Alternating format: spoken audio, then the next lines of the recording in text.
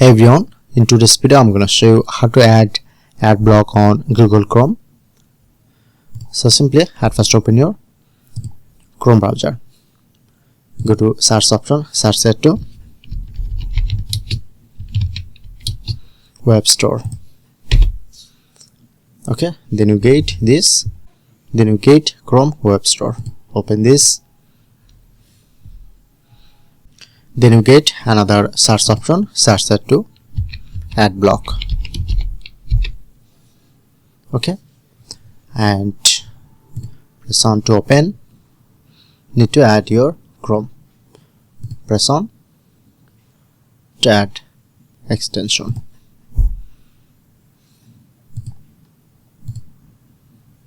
Now it's installing.